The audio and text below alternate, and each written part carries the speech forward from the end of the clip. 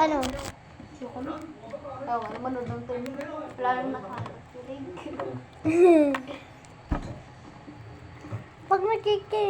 Pag na, Pero ang nakakakilig doon sa Kimye yung uyayi ni Emma. Doon sa part na ano, yung pinagalitan ni Emma yung nanay niya, di ba? Tapos sabi naman ni Emilio, yung tatay,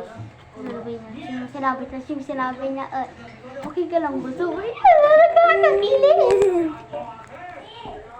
Kinikilig ako doon sa part na yun. Kaya pala ganyan ka?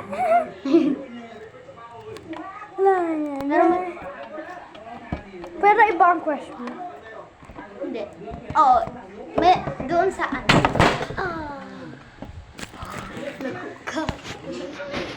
The first reveal.